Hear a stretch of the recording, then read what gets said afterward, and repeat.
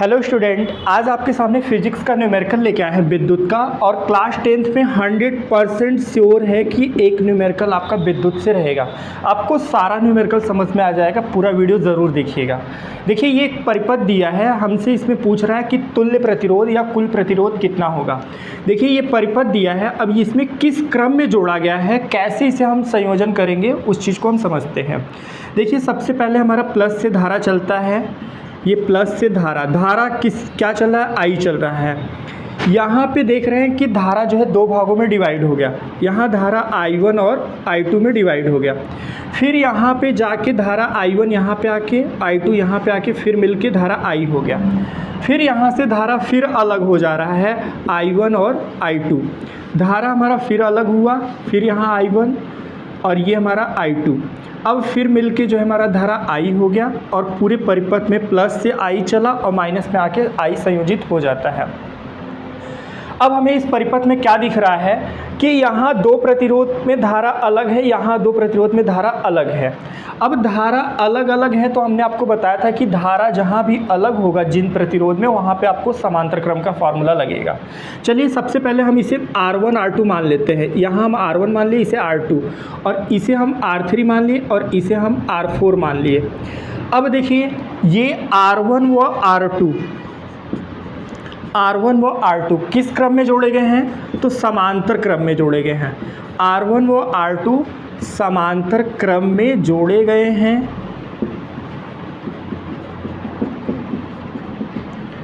अतः इनके बीच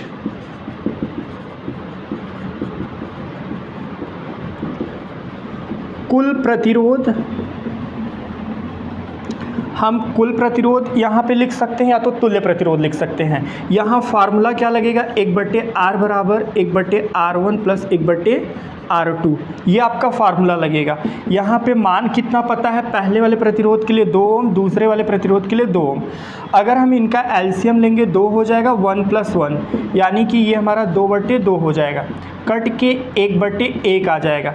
अगर यहाँ से हम देखें R का मान कितना आ जाएगा, 1। यहाँ पे हम डैश ले लें, 1 हमारा मान कितना आया, डैश से हमारा 1 ओम आया। कितना हमारा, 1 ओम आ गया। अब हमारा इन दो प्रतिरोध में भी देखिए हमारा धारा अलग अलग है, ये भी हमारा किस क्रम में जुड़ा है, जहाँ धारा अलग वहाँ पे हमारा समांतर क्रम। यानी कि हम कह सकते हैं R3 व R4 किस क्रम में है, समांतर क्रम में है। R3 व R4 समांतर क्रम में जोड़े गए हैं, समांतर क्रम में जोड़े गए हैं।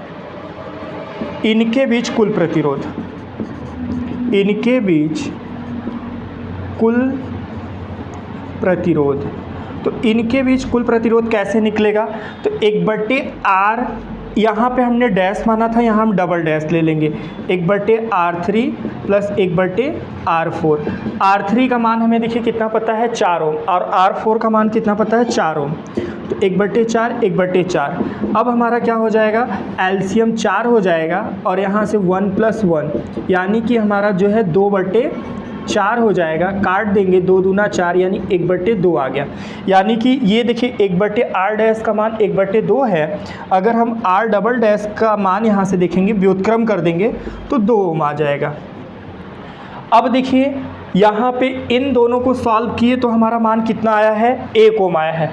इन दोनों परिपथ को हमने सॉल्व किया तो हमारा मान 2 ओम आया है। अब यहाँ पे हमारा डायग्राम, एक अलग डायग्राम बनेगा। वो डायग्राम क्या होगा देखते हैं। पहले के हमारा डायग्राम से दो परिपथ दिए थे, इन दोनों को जोड़ने पे हमारा R डैश बना और ये R डबल डैश। इसका मान हमें प्राप्त हुआ था 1 ओम, इसका मान हमें प्राप्त हुआ था 2 ओम। अब हमारा क्या हो जाएगा, R डैश व R डबल डैश ये दोनों ही अब किस क्रम में है, तो श्रेणी क्रम में है। कैसे पता चलेगा, क्योंकि धारा I से चलेगी, धारा I से।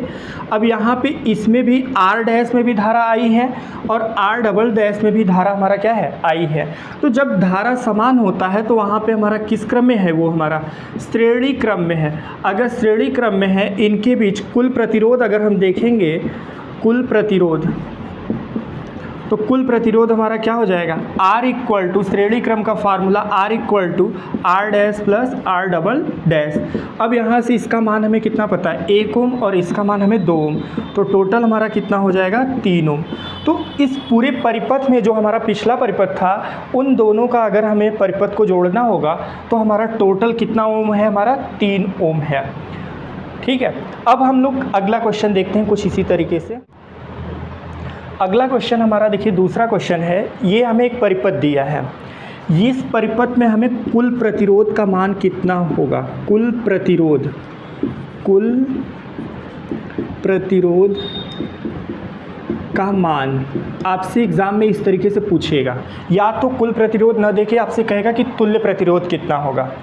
अब देखिए ये परिपथ दिया है, अब हमें सबसे पहले ये समझना होगा कि किसमें श्रेणी क्रम लगेगा, किसमें समांतर क्रम लगेगा और कैसे हम जोड़ें। तो बिल्कुल ध्यान एकदम अच्छे से दीजिए, आपको 100% श्योर है समझ में आएगा। देखिए पहले प्लस से धारा चल रही है, प्लस से धारा हमारी I चल रही है, यहाँ 3 भागों में डिवाइड हुआ। यहाँ पे सब देखिए I1, I2, I3 3 धारा अलग अलग डिवाइड हुआ, तो इसमें धारा हमारा क्या हो गया, I1, I2, I3। अब यही धारा यहाँ पे आके मिल के धारा हमारी क्या हो जाएगी, I हो जाएगी। फिर यहाँ पे भी हमारा 3 धारा अलग अलग बाटों में अलग अलग भागों में बढ़ जाएगा, I1, I2, I3। फिर यही धारा फिर मिल के यहाँ पे I हो जाएगा और यहाँ भी I धारा हो जाएगा। चलिए इन्हें हम कुछ नाम दे देते हैं, इसे R1, R2, R3, यहाँ पे R4, यहाँ R5, यहाँ R6, यहाँ R7 और ये R8, यानी इस परिपथ में कुल 8 प्रतिरोध है। देखिए ये R1, R2, R3 में तीनों में क्या हो रहा है, हमारा धारा जो है अलग अलग बह रही है। तो ये तीनों R1, R1, R2, R3 ये किस क्रम में जोड़े गए हैं, तो समांतर क्रम में है। किस में है, समांतर क्रम में है। अगर इन्हें जोड़ना होगा तो हम कौन सा क्रम का फार्मूला लगाएंगे, समांतर क्रम का। तो 1/R बराबर 1/ आपका क्या हो जाएगा, R1 प्लस 1/ R2 प्लस 1/ आपका R3। अब देखिए यहाँ इनका मान हमें दिया है, सभी का तीनों का सेम मान दिया है, 2, 2, 2। अगर यहाँ से हम 1/R डैश बराबर अगर हम यहाँ से निकालें तो देखिए 2 एलसीएम हो जाएगा और 1 + 1 + 1। अगर इन्हें हम जोड़ेंगे तो 3/2 आया। अगर R डैश का मान यहाँ से निकालेंगे तो हमारा कितना हो जाएगा, 2/3 ओम। मतलब इनको अब हमने जोड़ लिया। अब हमारा दूसरा स्टेप क्या होगा, इन R5, R6, R7 को जोड़ेंगे। फिर उसके बाद हम देखेंगे कि हमारा डायग्राम कैसे बन रहा है। तो यहाँ पे अब हमारा क्या हो जाएगा, R5, R6 और R7। देखिए सबसे पहले हम समांतर क्रम वाले को जोड़ते हैं, फिर श्रेणी क्रम वाले को। तो यहाँ पे ये तीनों हमारा किस क्रम में है, समांतर क्रम में है, समांतर क्रम में है। अगर इन्हें हम जोड़ेंगे तो 1/R डबल डैश, पहले वाले में हमने R डैश माना था, अब दूसरे वाले में R डबल डैश मानेंगे, 1/R डबल डैश। सभी का मान देखिए अलग अलग दिया है, 1/4, 1/4, 1/4। अब हम अगर यहाँ से एलसीएम लेंगे तो यहाँ 4 हो जाएगा, 1 + 1 + 1। और अगर अब हम यहाँ से इसे देखें तो कितना हो जाएगा, 3/4। अगर R डबल डैश का मान यहाँ से हम निकालें तो हमारा कितना हो जाएगा, 4/3 ओम। अब देखिए आपके सामने ये परिपथ सॉल्व हो गया, ये सॉल्व हो गया। अब ये दोनों बच्चे हैं, लेकिन वो कैसे जुड़ेंगे, तो अब देखिए एक अगला डायग्राम बनेगा। अब सबसे पहले देखिए क्या डायग्राम बनेगा।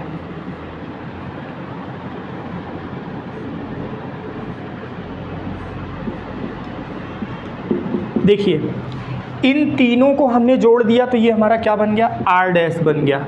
और ये आपका R4 है ही, अपने स्थान पे R4 है। अब यहाँ से आपका R5, R6, R7 इसको हमने जोड़ दिया तो ये हमारा क्या बन गया, R डबल डैश बन गया। और ये आपका R8 है ही, ये आपका R8 है ही। R डैश को जब हमने जोड़ा तो उसका मान कितना हमें मिला, 2/3 ओम, 2/3 ओम मिला था हमें।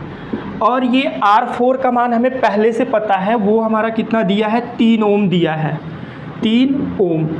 अब हमने R5, R6, R7 को जोड़ा था तो उसका मान हमें कितना मिला था, 4/3 ओम। तो यहाँ पे हमारा कितना, 4/3 ओम। और R8 का मान आपको पहले से दिया था 5 ओम। ठीक, अब देखिए, अब हमारे परिपथ में ये चारों प्रतिरोध किस क्रम में जोड़े जाएंगे। तो प्लस से हमारा धारा I चलता है, धारा I, R डैश में भी धारा हमारा क्या रहेगा, I रहेगा, R4 में भी हमारा धारा I रहेगा, R डबल डैश में भी धारा I, R8 में भी धारा हमारा I रहेगा। देखिए, धारा जब भागों में नहीं बढ़ता तो धारा हमारा समान रहता है। हम कह सकते हैं R dash, R4, R double dash और R8 में जो धारा बह रही है वो I है और सभी धारा समान है, तो ये सभी हमारा किस क्रम में जुड़ेगा, श्रेणी क्रम में। यानी हम कह सकते हैं R dash, R4, R double dash व R8 ये किस क्रम में जोड़े जाएंगे, तो श्रेणी क्रम में जोड़े जाएंगे। तो इन्हें हमें किस क्रम में जोड़ना है, श्रेणी क्रम में। और श्रेणी क्रम का फार्मूला हम बताए थे R बराबर R1 plus R2 plus R3, लेकिन यहाँ पे R डैश है तो हम लिखेंगे R डैश, R4 है तो हम R4 लिखेंगे, R डबल डैश है तो हम R डैश लिखेंगे और R8 है तो R8 लिखेंगे। अब देखिए, R बराबर यहाँ पे हमें पहला पता है 2/3, R4 का मान हमें पता है 3, R डबल डैश का मान हमें पता है 4/3, R8 का मान हमें पता है 5। अब आइए इसे हम सॉल्व कर लेते हैं। यहाँ देखिए, ये भिन्नात्मक रूप में है और यहाँ भी भिन्नात्मक रूप में है, तो इसके बटे 1, इसके बटे 1 लिख सकते हैं। इनका अगर एलसीएम हम लेंगे तो 3 आएगा। अब 3 आया एलसीएम, अब 3 में 3 का भाग देंगे 1 आएगा, तो यानी 2 एज इट इज लिख देंगे। 1 में 3 से भाग देंगे 3 होगा, 3 का इसमें गुणा करेंगे 9 आएगा। फिर 3 में 3 का भाग देंगे 1 आएगा, यानी 4 को एज इट इज लिख देंगे। 1 में 3 से भाग देंगे 3 आएगा, यानी 5 में 3 का गुणा करेंगे 15 आएगा। अब R बराबर इसे हम जोड़ लें, 9 और 2 11, 11 4 15, 15 15 30, 30/3। अगर अब हम इन्हें भाग देंगे कट जाएगा, 3 दहा में 30, यानी कि आ गया हमारा 10 ओम आ गया। तो ये रहा हमारा एकदम बिल्कुल बेसिक से आपका ये न्यूमेरिकल, बहुत ही अच्छे से बताया गया है। आपको अगर एक बार में नहीं समझ में आता तो आप दोबारा देखिएगा, आपको अच्छे से समझ में ज़रूर आएगा। आज आपको 2 क्वेश्चन बताया गया है, दोनों क्वेश्चन को बहुत ध्यान से देखिएगा। हम तो कहेंगे 2 या 3 बार वीडियो को देखिए। अगर आप 2 से 3 बार देखेंगे तो आपको 100% श्योर है कि समझ में आएगा। वीडियो कैसा लगा प्लीज़ कमेंट बॉक्स में बताएं। अच्छा लगा तो लाइक, सब्सक्राइब, शेयर ज़रूर करें। Thank you so much for watching.